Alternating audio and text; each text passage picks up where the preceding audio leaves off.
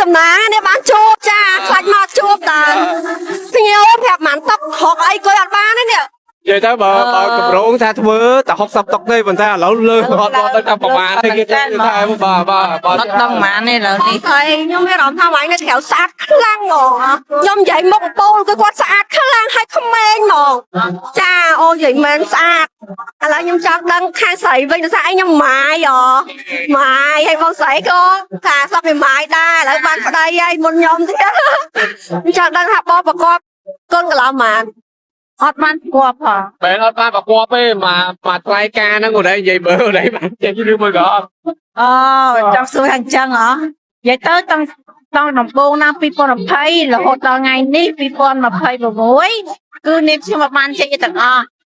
គឺនៅខាងប្រុសទាំងអស់អ្នករៀបចំខ្ញុំរ៉ាប់រងលើខ្ញុំប្រកបបងអត់មានប្រកបទេប៉ុន្តែគឺខ្ញុំអ្នកហ្នឹងហើយតនីការមកចោលគាត់មកតែខ្លួនគឺរៀបការហ្មងនិយាយទៅបើជើងទី1នោះ2020ហ្នឹង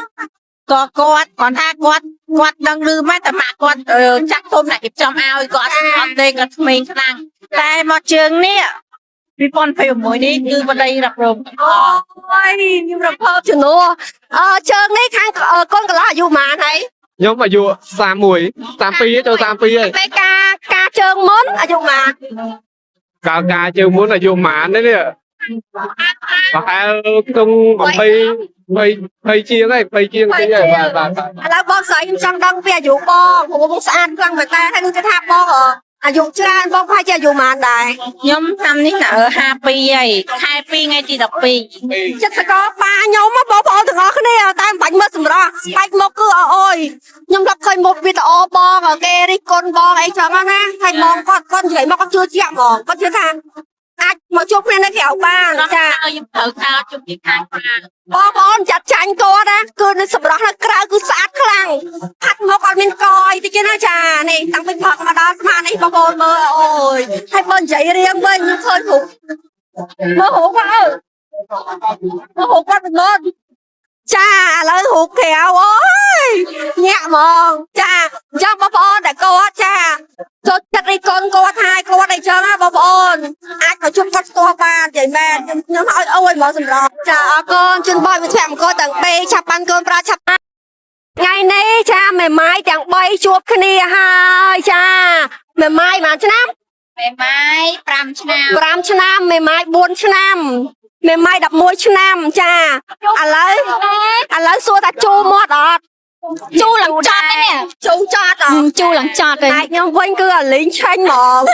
ស្ងួតចេះមានសំណើមសោះអញ្ចឹង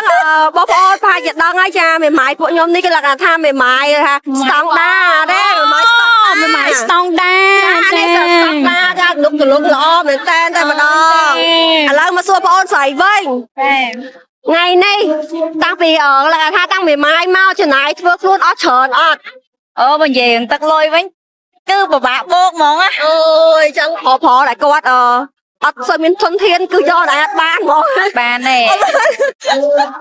ឥឡូវថ្ងៃនេះចំណាយរ៉ូបនឹងការធ្វើសក់ផាត់មុខអត់ប្រហែលជាងច្រើនដែរប្រាប់អាចនឹងខ្ទង់300រ៉ូប300រ៉ូប300អត់ទេរ៉ូប100ជាងផាត់ធ្វើសក់ផាត់មុខ100អូផាត់មុខធ្វើសក់150អូចាកាបូបចាកាបូបអត់ប្រាប់តម្លៃទេអូយញាក់ហ្មងហើយចាក់ដោកអបខាងនេះឈុត$40 40អូយចាក់កវីខ្លួនមួយមកចាកវីខ្លួនមួយលលោងហ្មងស្បែកចាអូយស្អាតខ្លាំងមែនតើចាមើលដឹងម៉ាយកូនមួយទាំង3ហ្មងបើចំណែកខ្ញុំវិញចារ៉ូប80រៀលជាងផាត់មុខ45 100ជាងអូយបងប្អូនទាំងអស់គ្នាតែប៉ុណ្ណឹងអាចចូលរួមកម្មវិធីបានណាណ៎